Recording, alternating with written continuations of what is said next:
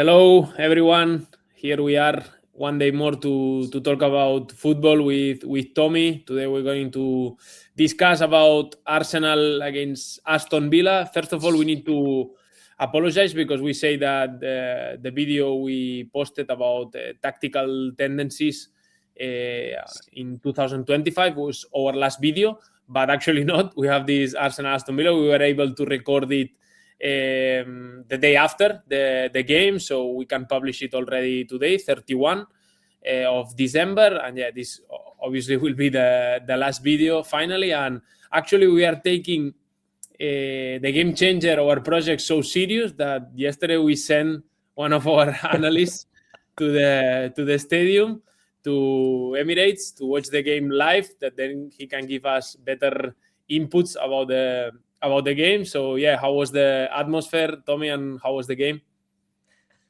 Yes, that's exactly what we're doing. Atmosphere was incredible. I told Rucci after the game, I watched the first half as an analyst and second Mhm. half as a pure fan. Mhm. The energy was great. But yeah, great way to end 2025 uh, for Arsenal, but also Villa has been incredible in 25, so it was a great matchup. And obviously the second half, Arsenal was very, very dominant. Yeah, I think actually the first half, I think Aston Villa was better than Arsenal in my opinion, and probably we're gonna talk later about the expected goals, but there are some chances from Aston Villa that you cannot see it in the expected goals because they actually don't end in a situation like in a shoot or a situation like this. So, but in general, I think the first half Aston Villa was better, and yeah, we had a good game between two of the best teams in Premier League, and yeah, actually, what you say about Arsenal Stadium, I agree with you. I was there a few years ago, and you don't have this impression when you watch games in TV about Arsenal Stadium, but how much the fans push the team to attack, to support them during the game is amazing. And honestly, I didn't feel like this in the when you watch games in the TV, but when I was in the stadium, I was impressed of how much the Arsenal supporters they push in Emirates Stadium. So let's go to talk about the lineups. I think there were a few injuries for Arsenal, also a few players out for Aston Villa. David Raya in the goal, Hincapié as a left back. We saw him playing more as a centre back, but Calafiori was not available, so Hincapié played left back position. Arsenal got his two centre backs back, Gabriel Magalhaes and William Saliba. Gabriel Magalhaes scored a goal in a set piece situation. We are not going to go through the set piece of Arsenal so much because we have spoken about them in terms of set pieces a lot, but yeah, one game more that they open the score with a corner and a goal from Gabriel, which is usually one of the top goal scorers in these set piece situations. Timber on the right has been playing a lot. Zubimendi in midfield, and yeah, yesterday Rice was not there. Was Mikel Merino playing more as a number 8, let's call it like this. Martin Odegaard in the right side more as an advanced midfielder, but he was also moving deep quite a lot. We will see this later. Then Trossard in the left, Xhaka in the right, and Gio Queres as a center forward. And yeah, in Aston Villa, Emi Martinez in goal. He didn't have his best game probably. With this goal in the Gabriel Magalhaes goal where he didn't actually get the ball and had some issue there. He asked for a foul, but actually it wasn't. And then Konsa, Lindelof as a centre back. Lindelof is playing now more. Pau Torres is not there. I think it's an important player for the build-up, especially for Aston Villa. Lucas Digne in the left. In this game, we don't have Ian Madsen, who was playing during the last games. Bogart as a right back, which is actually a midfielder that he hasn't been participating a lot. Mati Cash has been usually playing, but he was out because of yellow cards. And then in midfield, Onana and Tielemans. We have seen a lot of Camara playing in that Tielemans position, and Tielemans playing a bit more higher up on the pitch. But yeah, yesterday Tielemans play as a midfielder, and Morgan Rogers was a bit the number 10 with Jadon Sancho and Emi Buendia as the inside wingers, and then Oli Watkins as a centre forward. As we say, important players were missing for Aston Villa: Camara, Cash, Pau Torres. For me, they are important players. Also Gesan, who is in the African Cup. But yeah, for Arsenal also, I think, honestly, for me, they miss Rice in some, especially out of possession. I was saying these transitions that Aston Villa was able to run and to get some options to score. But yeah, what's your opinion overall, Tommy, about the game and some players that they were missing yesterday? Football is evolving, and we want you to be part of this evolution. We have created a community for people who are passionate about the game and want to reflect on it.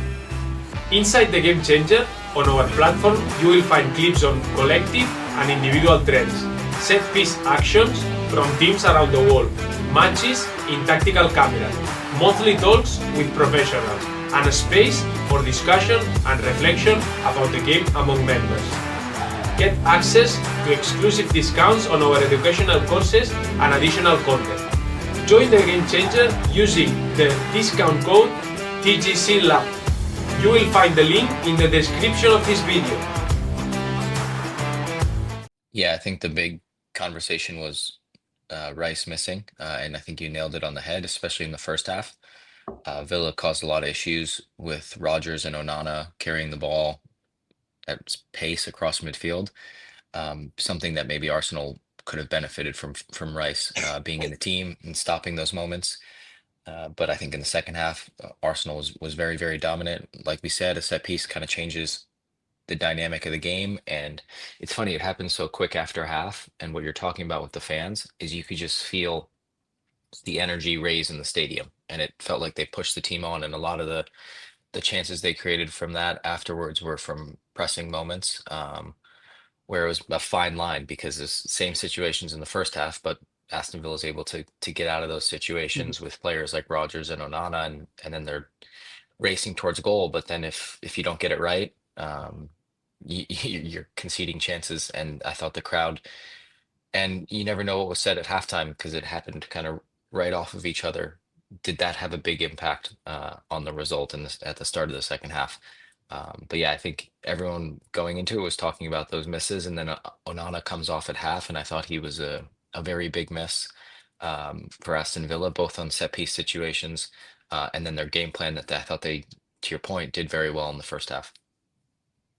Yeah, I forgot to say this. Onana went out in the halftime, and I think it was an important miss for Aston Villa. Then McGinn came in as a midfielder, which is like two midfielders that they usually maybe don't play that much together, like McGinn and Tielemans. But yeah, as you say, the margins were very thin. There were situations where Aston Villa were able to build up and then attack with spaces. But there are other situations that Arsenal took the ball, especially in the second half. I think obviously the atmosphere in the game and also the goal of Gabriel helped a lot on this to press better and to get more balls from Aston Villa's build-up. But yeah, let's watch some stats from the game, because if we look to the expected goals, it was actually quite equal. It's true that two of the bigger chances that Aston Villa had were almost in the extra time already with 4-0. This one from McGinn, which was actually 0.8. I think it could be 0.99 almost. But also good save from Raya, and the goal of Oli Watkins is almost like he just needs to he shoots from the line, from the goal line. So yeah. But if we check the expected goal dynamics in the first half, it's very, very equal. Almost same level between both teams. But as I say before, there are some situations, we'll speak about them later, where Aston Villa were able to run and to create some danger, even not finishing off the actions. But I felt that Aston Villa were dominating. Maybe they were not controlling the ball. This is a different thing. But they were controlling the game. I think when they were not suffering, maybe 2-3 crosses that they were dangerous, one of Gyökeres, but not so many. Arsenal was not able to create so many chances, and then Aston Villa were able to, at some moments, to build up well and then progress, and at some moments in transition they created a lot of problems to Arsenal. And if we see the PPDA, is we can see here, like in the first half, basically Aston Villa 18.5. Like Aston Villa went to in their mid-low block. They were comfortable there, and they were waiting for these transitions with players like Onana and Morgan Rogers, that you say that they did a good game carrying the ball forward in these transitions. And if we look also to the ball possession, it was very equal, because in the second half, I think Arsenal started to have less the ball, and obviously Aston Villa, they were down for many goals, so they started to dominate more. But if we watch the first half ball possession, Arsenal controlled the ball 60% and Aston Villa 40%. If we watch the average positions of Arsenal and Aston Villa, we can see first Nkapie's position more as a third centre back. Let's call it like this, with Saliba and Gabriel and Saliba in this line of three. Then Zubimendi quite central, with Odegaard a bit more higher. Also, this is in terms also out of possession, that Odegaard was pushing a bit higher without the ball, but with the ball we saw him also in deeper zones. And then if we see Timber's position, is interesting, because I think he played almost in many parts of the game in possession in the last line, in the Odegaard position. So they did this rotation with Odegaard, where he was coming deeper into the fullback zone. And then we can see Xhaka very higher up on the pitch, because especially of the pressing, the high pressing of Arsenal, where Xhaka was stepping to the centre back. And yeah, if we look at Aston Villa, we can see clearly here their 4-4-1-1 or 4-4-2. In defense, 4-4-2. When they have the ball, this kind of 4-2-2-2 or 4-2-3-1, with the two wingers inside, with Morgan Rogers there as a number 10, and Ollie Watkins always stretching and attacking the depth. And yeah, we can see the 4-4-2 of Aston Villa, very compact. It's very difficult to play between the lines, and yeah, they are okay to be in this mid-low block and then hit you in the transitions, or if they need to do deep build up. I think they are one of the best teams in Europe and in the world doing this. So what are your thoughts in terms of stats, Tommy, in terms of this average position? There's something that you want to highlight? Hey, you are on mute, Tommy. I've got a couple things for the stats, if you can go back. If not, I'll stay here. Sure. So a couple things I think interesting here. If you look at the Duel's win rate from both the first 15 minutes of the game and the first 15 minutes of the second half, compared to the ball possession that Arsenal had. So it's, for me, it's maybe a 5% difference, but I think the way that they both have started, Arsenal had more possession, but were more dominant in the duels to start the second half, and that's where I think a lot of people would say a lot of their goals or their dominance came early in the second half. Whereas the first half, it was a bit more even, and then after that, Villa, they set off, were able to obviously engage in more duels based on the way they were playing in a compact block, and then especially carrying the ball, dribbling, dominated in that aspect in the next 15 minutes of the half. But I thought that was a big part of why Arsenal was able to turn successful in the second half to start the half compared to what they did in the first half. Was, yes, they had more possession, but they're also able to win more duels from that. And maybe those are both linked in the opposite way too. So that was the big thing that stuck out for me from that.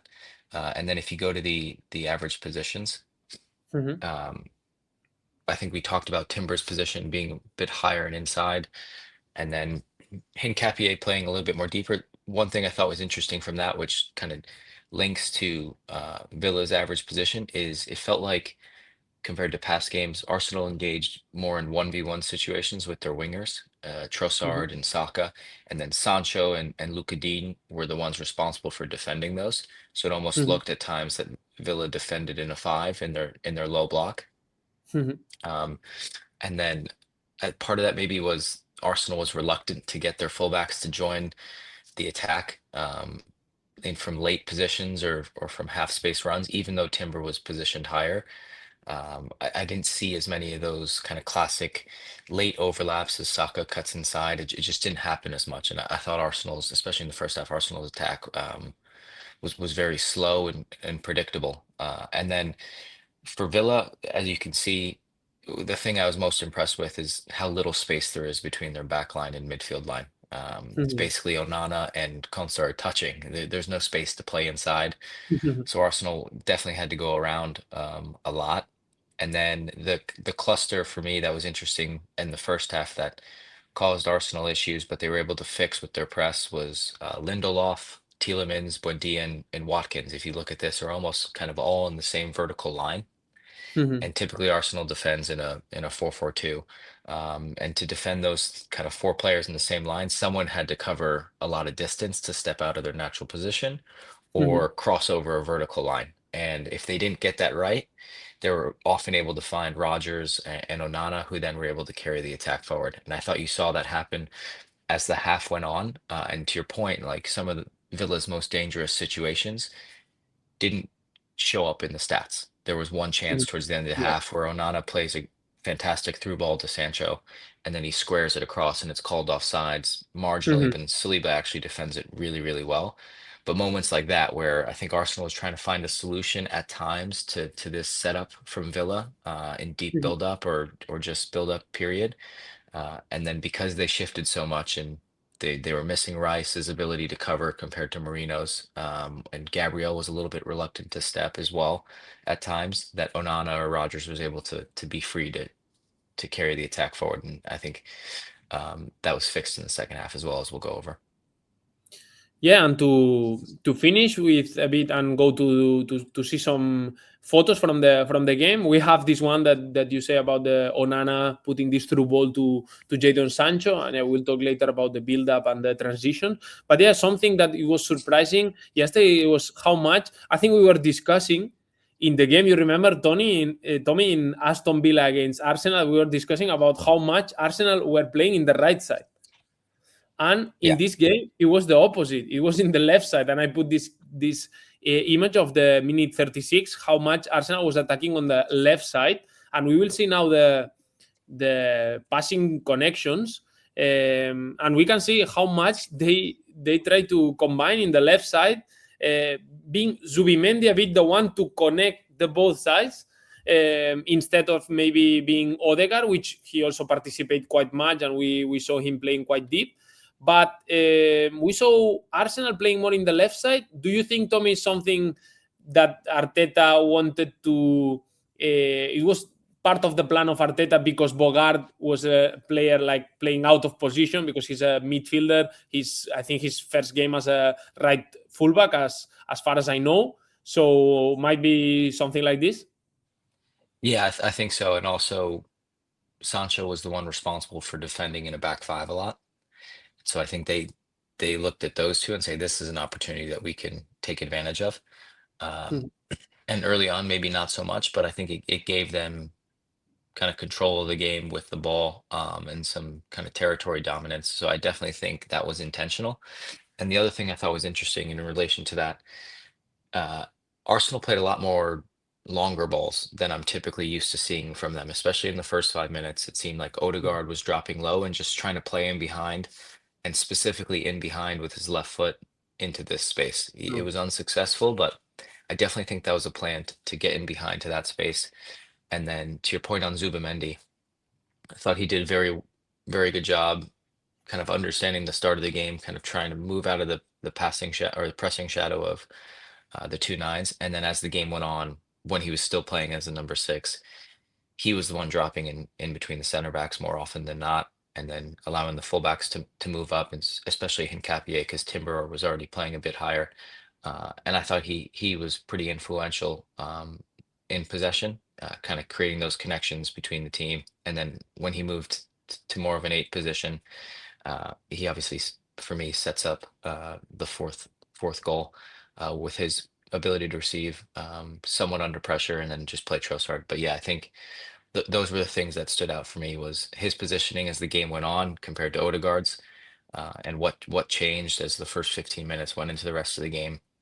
and then their connections to Trossard and sometimes Hincapié in behind. But to your point, Arsenal was much more dangerous, I thought, on the left side of the field. Yeah, before starting, I think when Trossard plays, usually now Martinelli is playing, not getting so much time. But when Trossard plays, I think Arsenal, they are able maybe to look more for this kind of combinations and in the left side, and maybe look for this kind of crosses to the second post, this kind of situation where Trossard, I think he has this ability also for assists, also for goals, like we saw it yesterday. And yeah, I think now Arsenal, they are more able to combine in both sides, not like before, maybe last season there was always these right side rotations and combinations, but isolating Martinelli in the left side. Let's start, Tommy, with the game to talk. I think this is the most interesting part of the game between Arsenal and Aston Villa, because they are probably, Arsenal, the best high-pressing team in the Premier League, and Aston Villa, to me, they are probably the best team in deep build-up in Premier League. So it's a good match between both of them. And yeah, I think Arsenal started the game. We can see it here with Odegaard stepping to press to Lindelof, to one of the centre backs, and with this 4-4-2 diamond where Merino was between the two midfielders.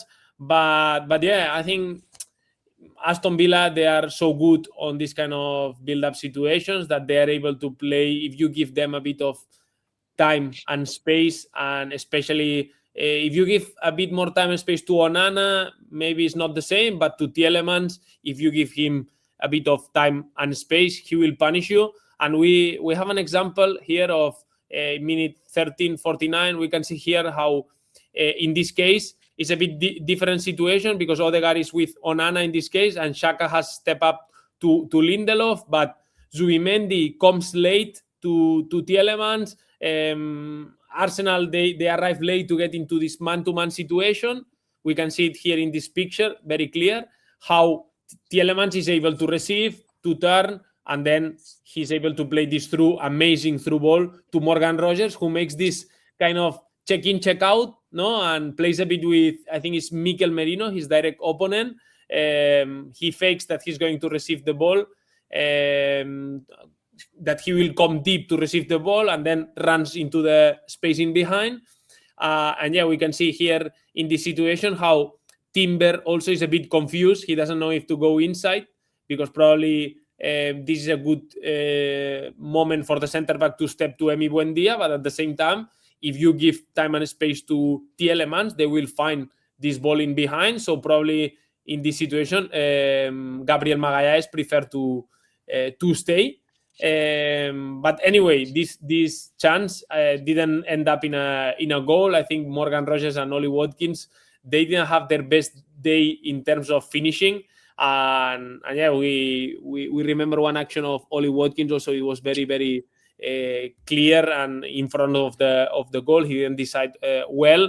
But yeah, I think also in some moments, Arsenal decided to go man-to-man. Basically, we can see here how Merino went into Onana, Zubimendi went into Tielemans, Odegaard was with Lindelof, but then he pressed the goalkeeper, and Arsenal went more into a man-to-man situation. I think probably that was not the Arsenal's intention at all. We will see it later, because I think if you go into man-to-man situation, Aston Villa, they have solutions also, and they are okay if you leave their front line in 1v1 situation. Obviously, Arsenal, they have great players for this, but in this example, in minute 10, it's a situation that Aston Villa ends up playing long, and they win the second ball, and then they transition with 1v1 with, I think, a situation with equal numbers, 3v3, 4v4, and it ends up with a corner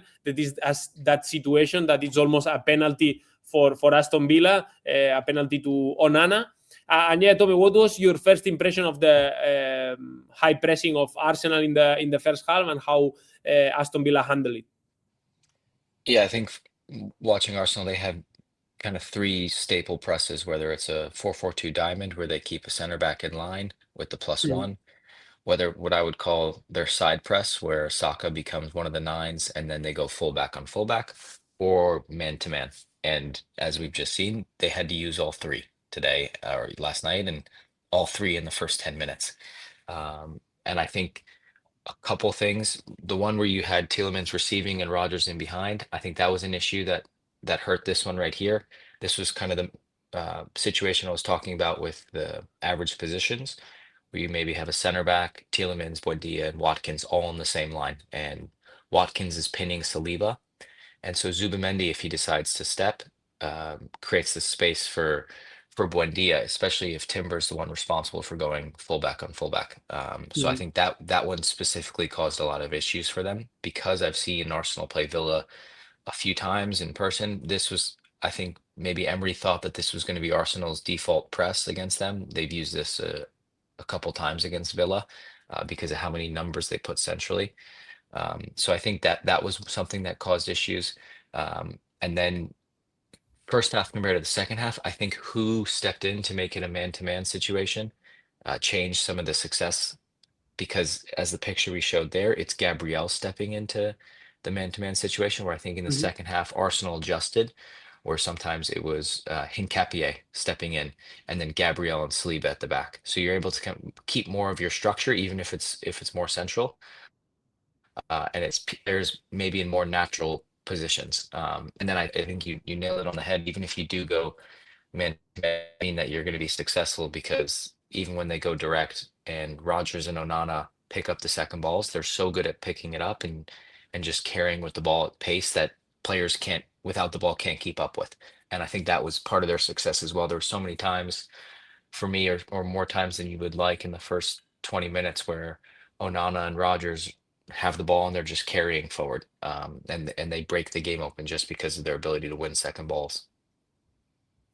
Yes, one of the high press you mentioned is this one, Tommy, is this situation in where Odegaard stays with Tielemans, and Mikel Merino stays with Onana, Xhaka steps to Lindelof, and Timber is this player who plays this double role of I go to press the fullback and we become man-to-man, or if they play long, I drop back to give the +1, which is something that Chelsea does also a lot with Cucurella, and they have been doing it during this season a lot. And I think nowadays these players that they're able to do this double role to give this energy for the press that you need to step to the fullback, because it's not easy to step that far, but also to drop back and give the +1 is very important in modern football. We can see here another example where, again, Mikel Merino and Odegaard stay with the two midfielders. Xhaka is stepping to Lindelof. Gyökeres is the one who, from Konsa, went to step to the goalkeeper.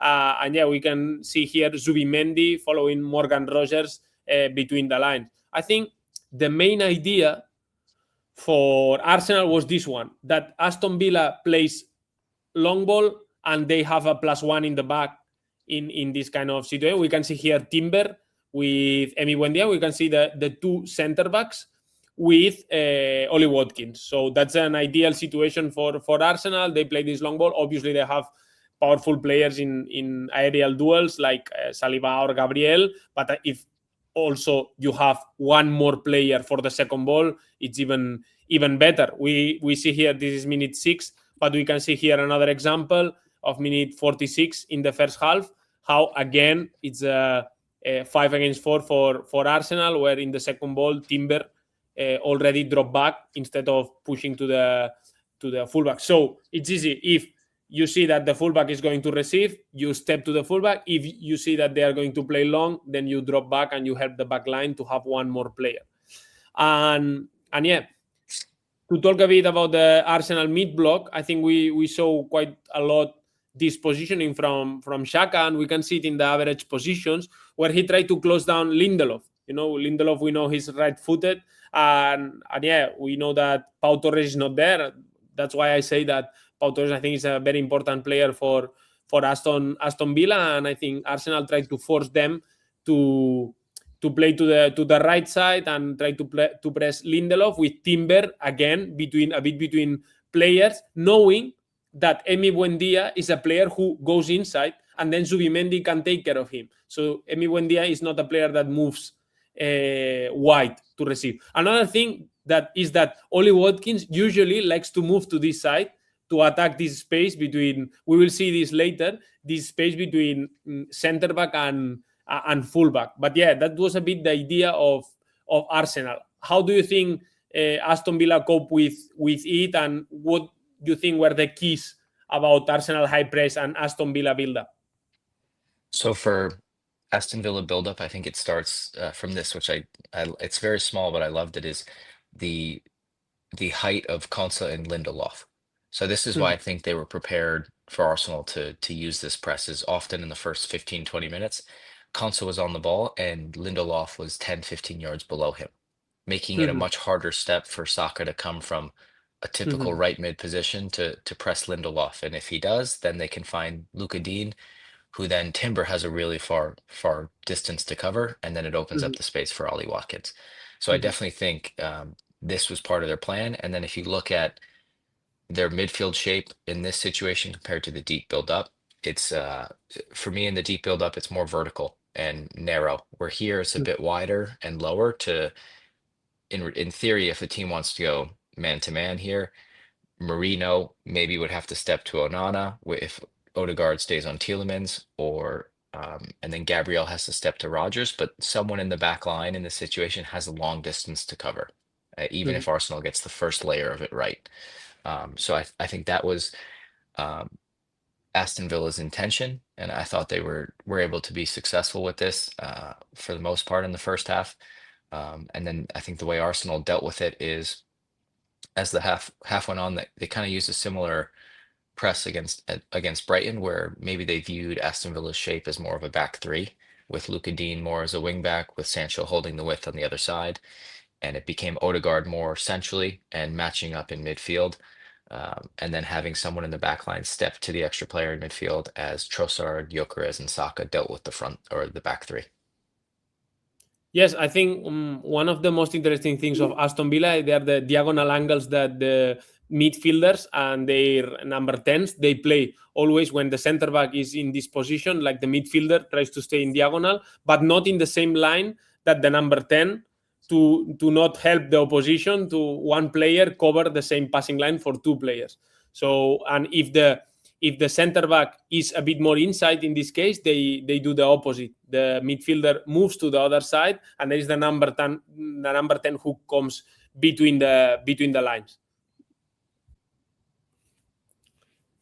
Let's talk now a bit, Tommy, about the Arsenal in possession. And well, we all know how Aston Villa usually plays in this 4-4-2, with very, very narrow 4-4-2, with very little space between the lines, with the midfielders helping the back line. And yeah, when the game started, Arsenal basically we saw that Nketiah will play more as a left center back in a back three, that Odegaard will have like a deep lying midfielder role, and that Timber will be playing in the pocket, with Mikel Merino also in the left pocket, and yeah, Xhaka on the right, and Trossard also giving the width, and this kind of 3-2-5 or 3-2-4-1 we can see here in this example.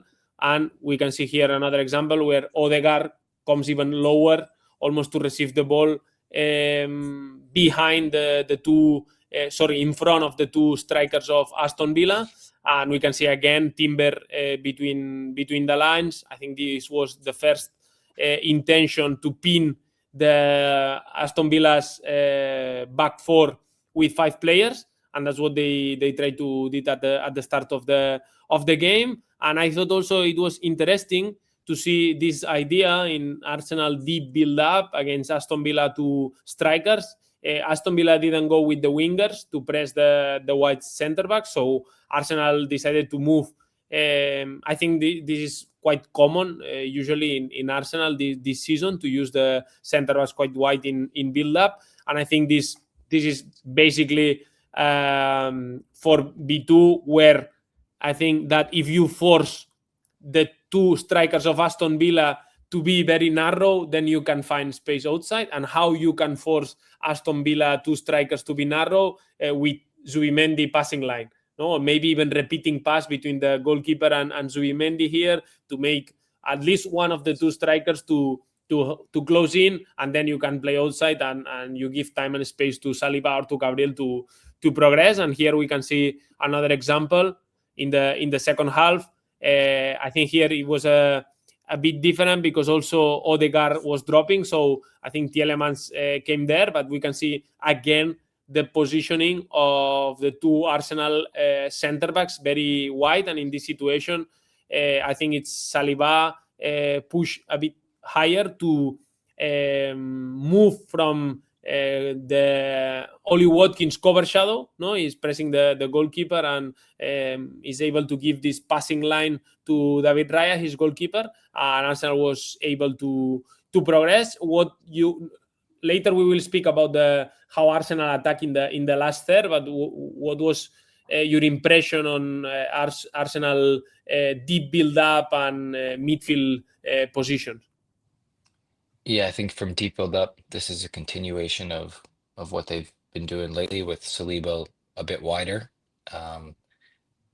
creating that free man via Zubimendi. And I think against Brighton, they used it a lot, the free man via Zubimendi or Odegaard.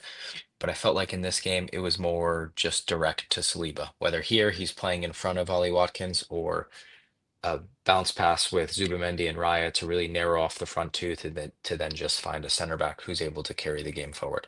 So I felt that was more common this game than kind of using the central six as the person who finds the free man. And then higher up the field, I think we've discussed kind of Timber's positioning versus Hincapie's and how Odegaard started the game deeper and was in this situation here. I think he gets it and then looks to play long to start the game. So I think they were, because of how compact Villa was, they tried to stretch them out a little bit earlier in the game via some patterns that they wouldn't typically use.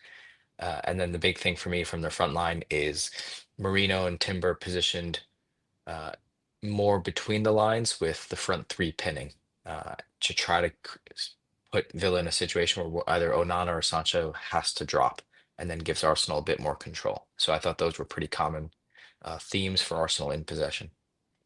Mm-hmm. You mentioned the idea of Odegaard playing this kind of balls in behind, and yeah, I think we could see it a lot, especially in the first minutes of the game, that Odegaard was coming deep to receive the ball and play these balls, especially to Trossard. Not only crosses, because in this situation we can call it a cross, but maybe also in deeper positions, trying to find this ball into the space. I think you say that it was unsuccessful, but they tried it a lot.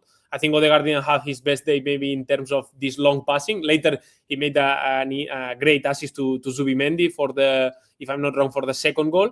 But yeah, they look for this kind of situation a lot, and also for this kind of crosses that we can see it here. This is a clear chance from Arsenal in which Trossard cuts in and cross to Gyökeres, almost scoring a goal. And yeah, we can see it here also. 1 second. Yeah, in this one, again, another cross. I think at the end, Aston Villa defends very well the half spaces with the midfielders, and also the strikers dropping into almost the midfield position. So sometimes they become even like a 6-4, which is so difficult, you said it, to play between the lines. And I think Arsenal also is not a team that likes to risk these kind of combinations inside. So they prefer to do this kind of wide rotations. But the wide rotations against Aston Villa, it's not easy to beat them in this kind of wide zones. So another solution that I think this idea also, I see Chelsea using it a lot, is this kind of crosses from this zone to the far post. But I think Aston Villa, in general, they also defend well the crosses because they are prepared for this. And if they need to drop one of even the far side midfielder to defend this kind of situations, they do it. Maybe this is one of the situations that they were not as ready as they are usually. Let's check the one of, if we see the one of Trossard, I think even in this one, Gyökeres gets the ball. I think is difficult for, we can see even Konsa is free, so they have even one player more, Aston Villa, and it's difficult to, in this kind of situations, to create problems to them. And if we see the next one, it's again like similar. I think Aston Villa has also the numbers in the box. But this is a second ball, and then Trossard gets it and they score. But yeah, this was a bit Arsenal idea on the last third, basically. I think look for this kind of crosses and then set pieces, we all know, and the high press. I think these were probably the three ways Arsenal created problems to Aston Villa. This kind of crosses, which also taking in consideration that you are playing with Gyökeres and Mikel Merino, maybe not Rice, but Gyökeres and Mikel Merino are two players that they can attack well the box. You have a great crossers like Odegaard or Trossard, and then you rely on this, you rely on set pieces, and you rely also in the high press, and that's how Arsenal won the game. Yeah, I think the last two crossing situations you showed is interesting. Timber's position. So clearly he's not attacking the box, but is in a position to attack the box. And he's the one who recovers this ball. And then this position here, it's for me a stable enough position where he feels free. And they have 9 players behind the ball. So it's already a 2v1 at the back line with Gabriel, Saliba, and Watkins. But he's positioned here knowing that this cross is probably coming to the back post and then can pick up the second balls, which is how they scored the third goal, which is the picture before this. Okay, I think it's enough about talking about Arsenal. So let's talk now about Aston Villa, and especially we are going to speak about their transitions. And this is one of the things I like a lot from Aston Villa, is that if they can, they prefer to protect the back line with their midfielders, defending the half spaces or dropping into the back line to defend crosses. It makes sense for me. Obviously, midfielders usually have a better understanding on how to defend in deeper zones. They are probably stronger also in aerial duels for crosses. So they have better understanding of when to drop and when not.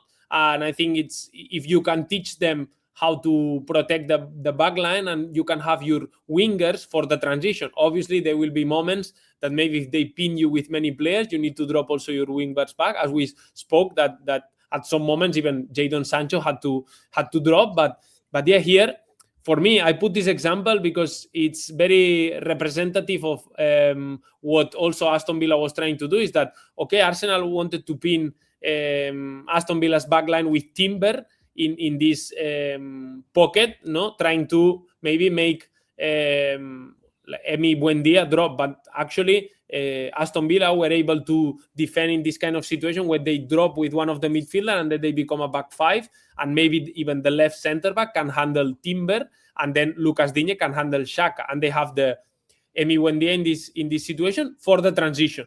And we can see here how Aston Villa recovers the ball, and Emi Buendia has an advantage towards his direct opponent, who is Timber. And they are able to counter-attack with a lot of danger. And as I say also, I think Arsenal missed a bit Rice in this kind of situation. Here we can see another transition. I think, as we said, maybe some of these transitions were not in the stats. They don't show up in the stats. But I think the Aston Villa were able to run so many times that I haven't seen any team during this year create that many problems to Arsenal, honestly. In terms of transition, later, I think Oli Watkins took some bad decisions. Morgan Rogers was missing this last pass also, but in terms of being able to get some transitions, they were so good. And this is one of my favorite things of Aston Villa, and I think they do it a lot also to Manchester City, to Haaland, is that part of their defensive plans is adapted to the opposition, and in some moments they decide to their midfielders to go more man-oriented than usual, to leave this space inside for the strikers that maybe they are not that good in coming deep to play, like Haaland or Gyökeres, and they make kind of a trap where they force Arsenal to play this ball into the middle, because the Arsenal feels probably here, I don't know if it's, Gabriel feels that there's space inside for Gyökeres to drop and link up play. but it's actually a trap. And then when they play there, I think Konsa goes, recovers the ball, and that becomes a clear transition for Aston Villa. And that's something they did a lot against Manchester City with Haaland, and it's interesting and funny to watch. And the last action, we already spoke about this one. This was not actually a transition. This was actually a good build-up from Aston Villa, but how they were able, with just one through pass from, I think it's Onana in this case, to put Jadon Sancho into the space. And the margins here were very thin. And I think that, it was maybe offside, but it was a clear chance again for Aston Villa that doesn't show up in the stats as we spoke about. So in general, Tommy, you agree with me that Aston Villa were very dangerous in transitions, and you have watched a lot of games from Arsenal, but for me, they are probably the team that have caused them more problems in terms of defensively. Because if I remember, I watched the Bayern game, I don't think Bayern were able to attack that much compared to Aston Villa, for example. Yeah, I think Aston Villa did much better than previous teams, attacking Arsenal in the space behind or in transition moments, like you said. That maybe Bayern or Spurs recently in games weren't able to do it to the same level. And I think it's, to your point on, they're able to attract players in build-up like this with Watkins and Sancho always looking in behind, but also their ability to defend low with the right people, like a six closer to the center backs, that then gives space for Buendia and Sancho to attack. But the other interesting thing with this is Watkins is nowhere in this. I don't believe he's in the screen. So he's already looking to threaten in behind, which then drops the center backs and creates this huge gap that most teams that like to attack try to eliminate by being really compact and squeeze the field. But Villa doesn't let you do that. So then it naturally opens up spaces for them to attack. And one other thing that I wanted to highlight from Aston Villa, because I think it's very important, and I think they are one of the teams that they do it better, and I have been watching them now for many seasons, and also I know that they work on this, on the individual aspects of the game, the individual ability to beat your marker. And I think they have players that they are amazing on this, like Tielemans, Onana, Kamara, McGinn, Morgan Rogers. I think, and I put here a couple of examples. This is a situation where McGinn is going to receive facing his own goal. And it's probably, if you watch this, Tommy, you will say, he probably is trapped and Arsenal will get the ball. But not really. He lets the ball pass. He fakes he's going to receive, lets the ball pass. And then he's able to attack with already Oli Watkins running in behind. That you say it, that this is something that when already one of the Aston Villa midfielders gets time and space, Oli Watkins is already running in behind. I show it here also, and we will talk later about this, but the Saliba's positioning being very close to Watkins, because I think it was something very important. But let's go back to these individual abilities that I think Aston Villa has in their midfield, because this is another example of Onana in a high press situation again from Arsenal, because you can say, this is a dangerous pass from Lindelof to Onana. This is a situation where Arsenal can get the ball back and score, but actually Aston Villa feels comfortable in this kind of situation. And we can see here Onana how he fakes. He's going to receive the ball to his feet, and then lets the ball run, and is able to beat Merino and carry the ball with his right foot and help the team to progress. And I think this is something, I just put two examples. I think Morgan Rogers had a lot of actions that he did during the game. I think this is key for Aston Villa, and this explains why they are one of the best teams in deep build-up. Because, you can have good collective ideas, but later, if you go through the details with the players and you work with them, and I think one of the keys of the success of Aston Villa is that they have been working with same players during many seasons, and they work individually with them, and they continue to play the same idea, the same style, and this helps them a lot to be better each day by improving the players individually.